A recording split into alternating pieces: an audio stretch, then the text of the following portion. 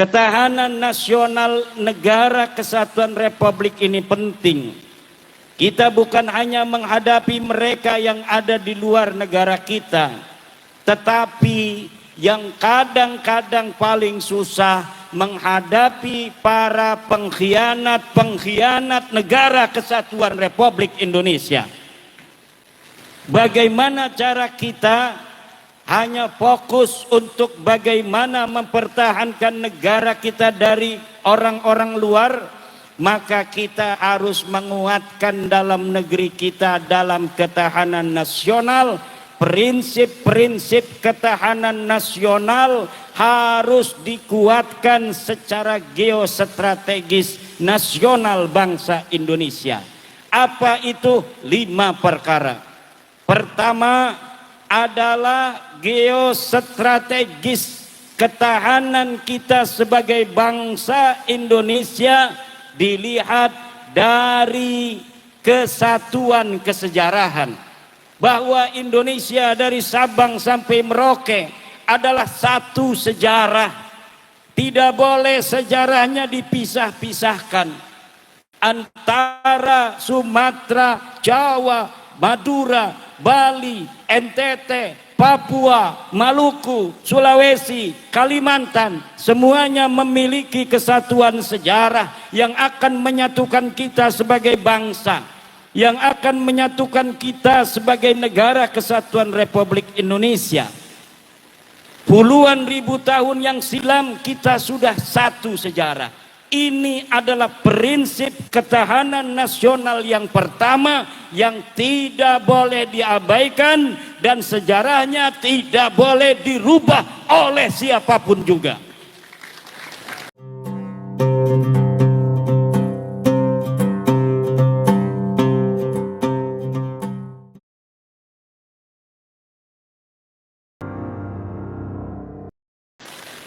Assalamualaikum warahmatullahi wabarakatuh.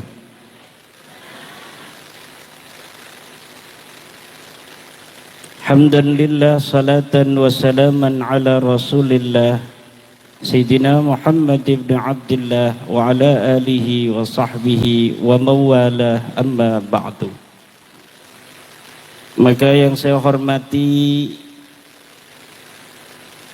Ketua Umum Perjuangan Wali Songo Indonesia Laskar Sabilillah Asy-Syarif Dr. Kiai Haji Muhammad Abbas Bili Yahsi, Sayyid Zulfikar Al-Idrisi, Kiai Haji Ahmad Syairaji, Kiai Haji Luqman Hakim, Kiai Haji Saleh Muhdi, Kiai Haji Abdurrahman Muhdi, Bapak Kuwu Muhammad Jailani Siddiq, Kiai Haji Syafi'i Sarjana Sosial, Ketua MWCNU Astana Japura, Ketua PWI Astana Japura yang baru dilantik, seluruh pengurus yang baru dilantik, ibu-ibu yang cantik, bapak-bapak hadirin ma'asyiral muslimin rahimakumullah. Saya, ibu, malam hari ini sangat berbahagia bisa bersilaturahmi di satu kampung yang merupakan kampung bersejarah dari perjuangan penyebaran agama Islam di tanah Jawa. Karena Astana Japura adalah salah satu desa yang dulu pertama kali menerima Islam dari Sunan Gunung Jati, padahal daerah-daerah lain belum mau menerima Islam di Cirebon ini. Namanya juga baru masuk Islam Yang lain belum ada yang masuk Islam, orang sini dulu leluhurnya sudah masuk Islam. Kalau ada Sunan Gunung Jati, masjidnya rame. Karena ada Sunan Gunung Jati. Kalau Sunan Gunung Jati lagi nggak ada, sepi. Karena emang belum ada masyarakat Cirebon yang lainnya masuk Islam. Suatu ketika Sunan Gunung Jati datang ke sini, waktu sholat, Sunan Gunung Jati datang ke masjid. Ke masjid sepi. Ningendi iki je wong Astana Japura, lamun anak kita merame je barang kita mendadak teka je pada laka. Wong-wong pada mai weru ning bature ning tetanggane bahwa anak Sunan Gunung Jati pada teka. Jere Sunan Gunung Jati lamun wis manjing Islam japura-pura. Lamun anak kita pada teka, lamun kita laka je pada ora sholat maning. Akhirnya Sunan Gunung Jati rada marah, ditendang masjidnya sampai mabur ning Cilacap. Ning kisah legenda para sejarah dari Cirebon.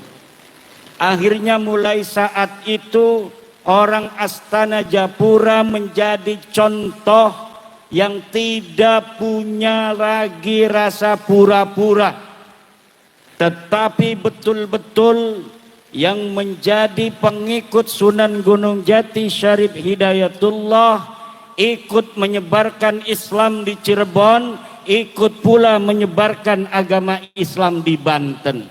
Iku adalah hasil dakwah dari Sunan Gunung Jati lan wong Astana Japura.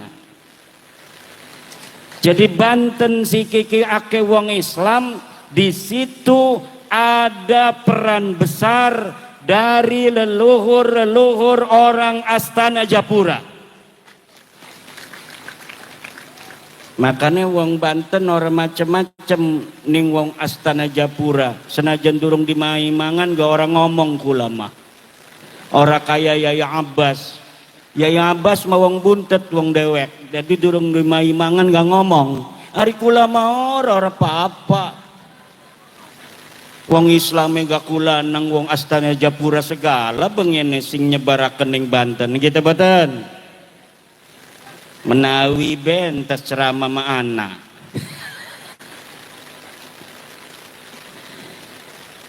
Sunan Gunung Jati kenapa berhasil menyebarkan agama Islam di Cirebon, di Jawa Barat, di Banten, di DKI Jakarta? Karena Sunan Gunung Jati menyebarkan agama Islam yang universal, yang transenden datang daripada Allah, tapi tidak pernah meninggalkan budaya-budaya setempat. Budaya-budaya yang masih ada dalam koridor syariat agama Allah dibiarkan.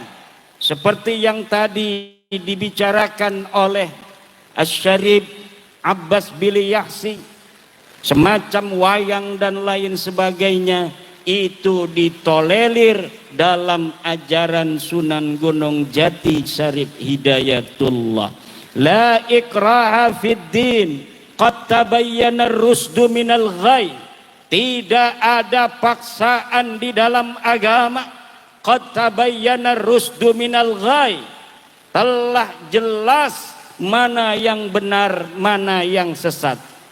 Kata Syekh Nawawi dalam kitab Tafsir Marah Labid, atau sing dikenal nang wong Astana Japura kelawan Tafsir Munir, ngomongaken Syekh Nawawi, qad tabayyana rusdu minal ghai, ay qad tamayyazal haqqu minal batil. Telah jelas berbeda mana yang hak dan mana yang batil. Maka tidak ada paksaan di dalam agama Islam.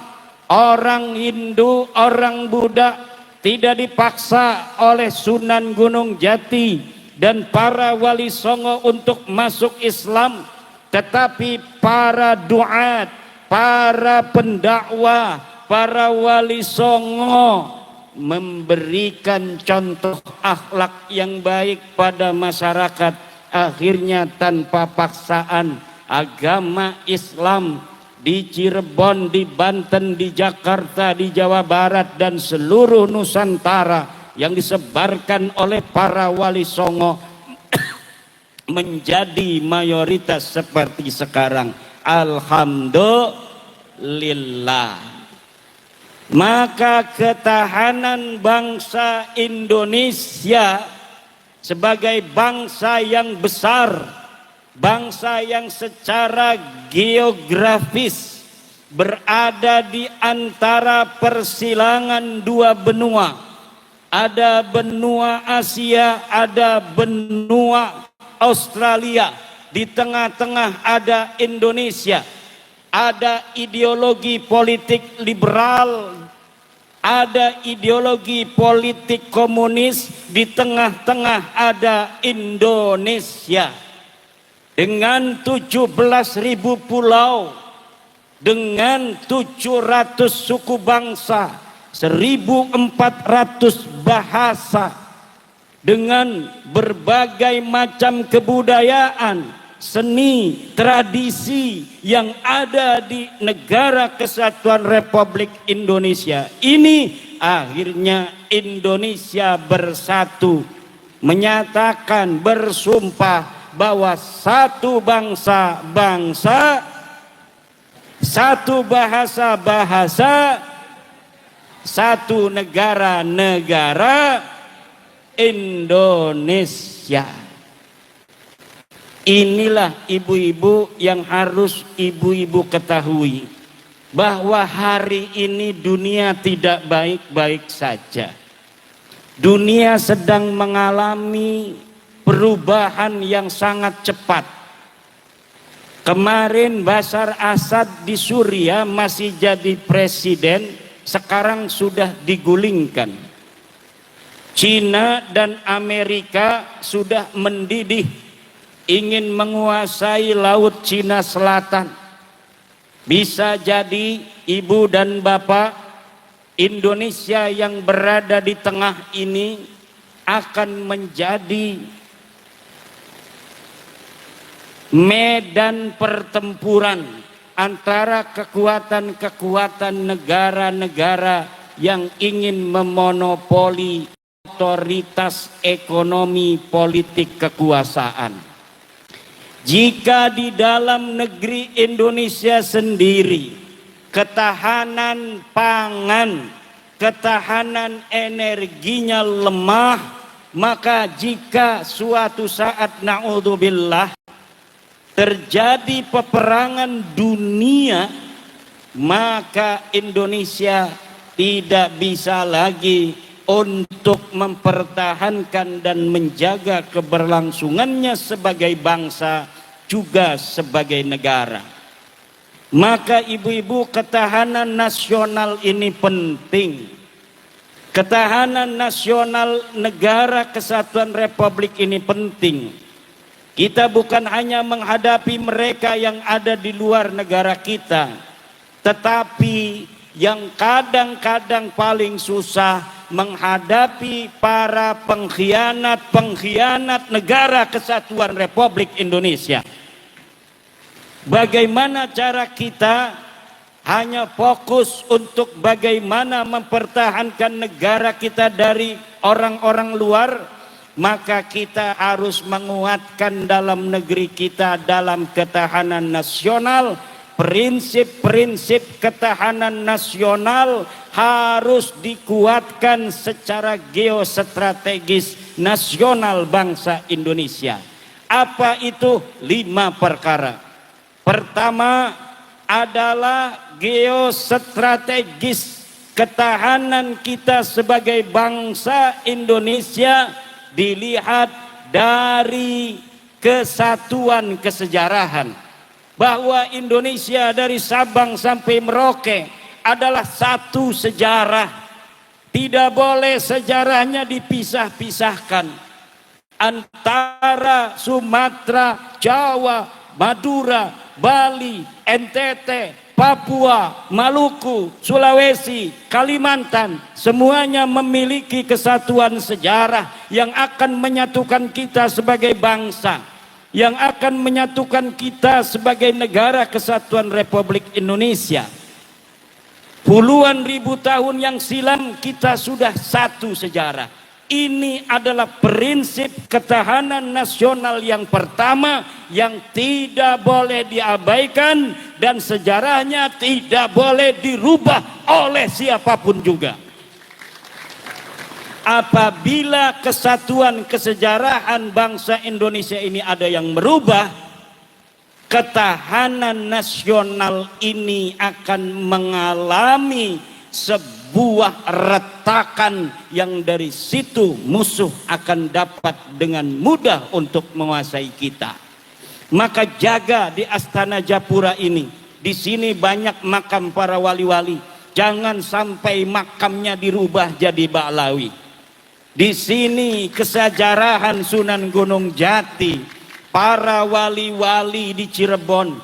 Jangan sampai kesejarahan Astana Japura yang merupakan satu desa yang bersejarah, desa di mana dulu pernah Sunan Gunung Jati di sini mengajarkan agama. Di sini Sunan Gunung Jati ngobrol, dimai kopi, mungkin pada ngerokok bapak-bapak nema. Sunan Gunung Jati mah menang bengedeleng wong Astana Japura ngerokok memangan melulu je gimana.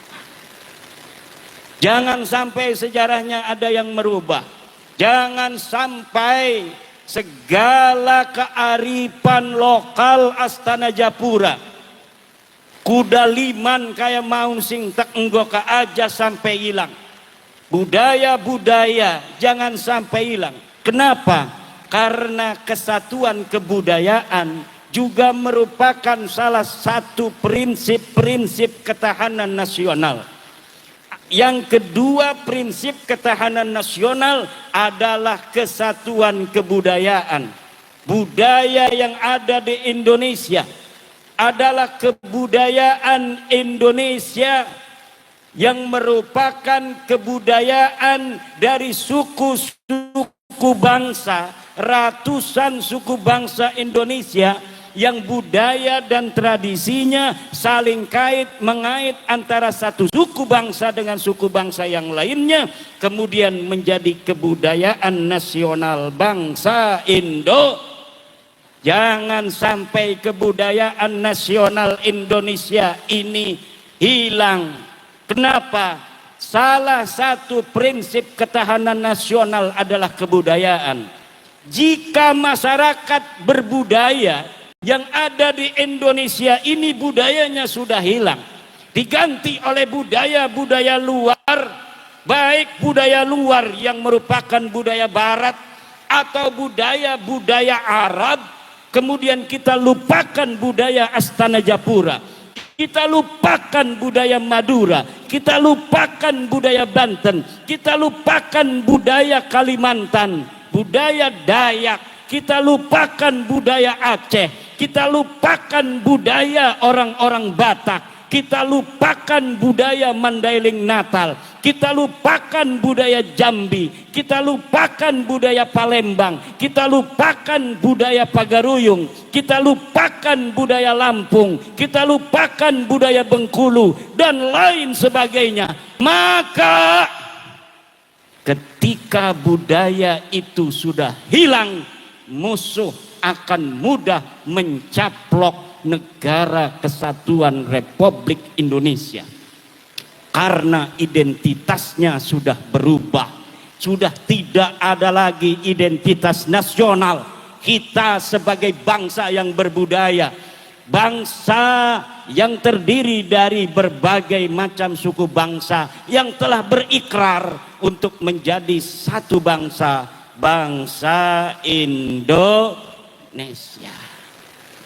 Jadi ibu, masalah budaya yang sekarang ini digeser, budaya wayang digeser, budaya maulidan, marhaba kita rubah, kita laka identitasnya maning, marhaba kita pada kayak marhaba uang-uang luar negeri.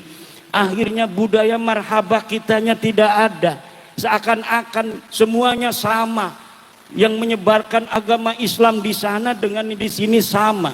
Padahal kita punya marhaba yang khusus dari zaman dulu, sejak Sunan Gunung Jati menyebarkan agama Islam di Cirebon, anaknya menyebarkan agama Islam di Banten. Kita punya marhaba. Marhaba itu yang harus kita galakan kembali.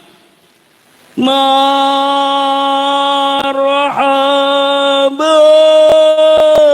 ya Nur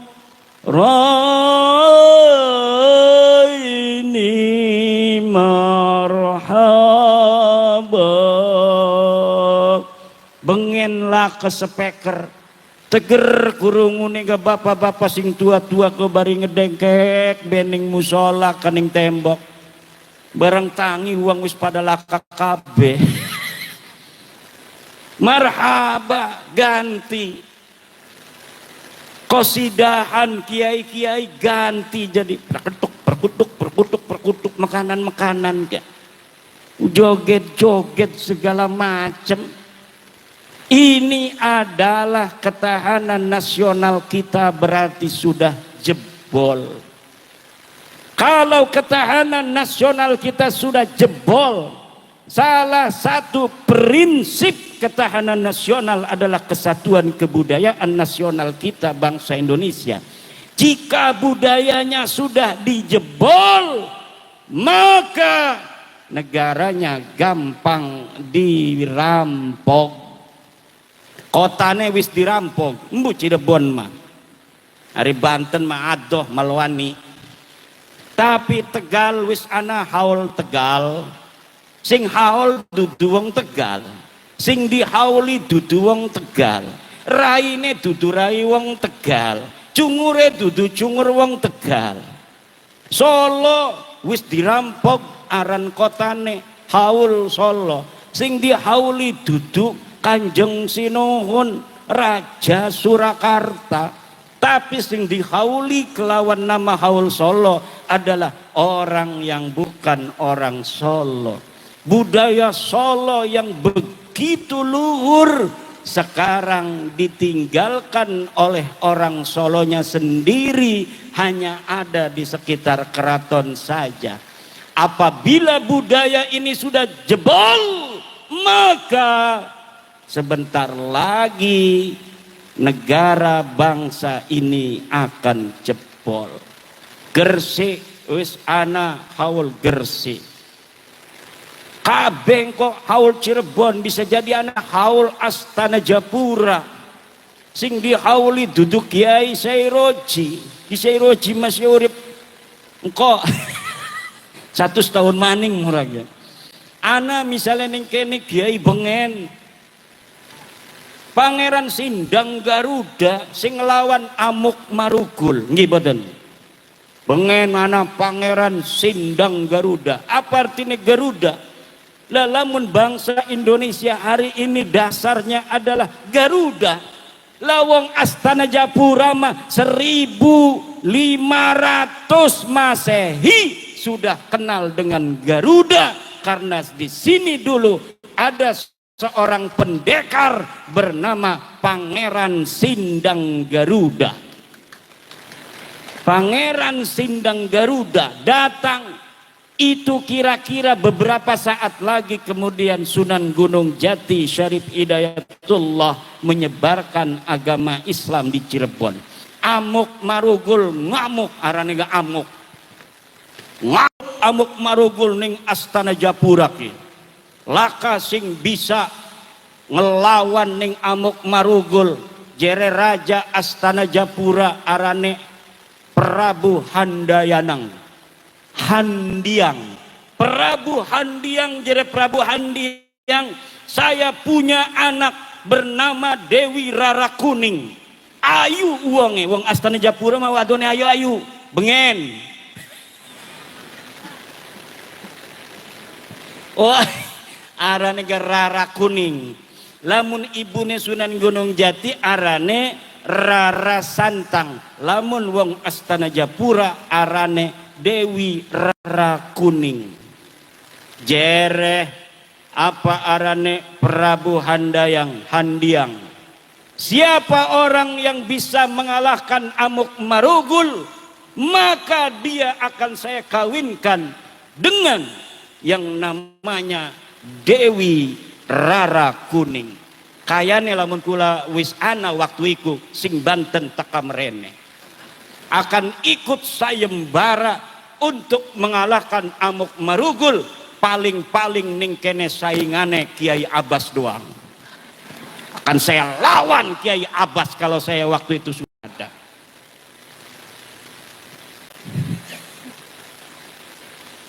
Kemudian gulet kabeh pada mati liane mah ngelawan Amuk Marugul, nggak ada yang sanggup.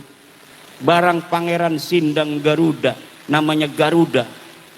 Dasar negara kita lambangnya itu adalah burung Garud. Iku ngembile sing Astana Japura, Bu. Akhirnya melawan Pangeran Amuk Marugul, kalah Amuk Marugul nang Pangeran Sindang Garuda. Sejak itulah di sini ini banyak keturunan Pangeran Sindang Garuda dan dari Dewi Rara Kuning. Kok sehingga kudung-kudung kuning iki moroga.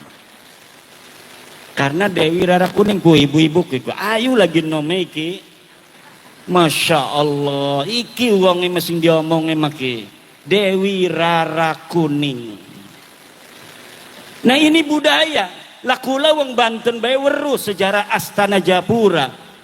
Apabila orang Astana Japuranya melupakan sejarah daripada Astana Japura, tidak kenal lagi nama-nama daripada Pangeran Sindang Garuda, tidak kenal lagi dengan Prabu Handiang, kenale karo Pakih Mukodam, Alwi Kolikosam dan lain sebagainya, padahal tidak ada sejarahnya sama sekali. Maka ini ketahanan nasional geostrategis daripada bangsa Indonesia berarti sudah jebol.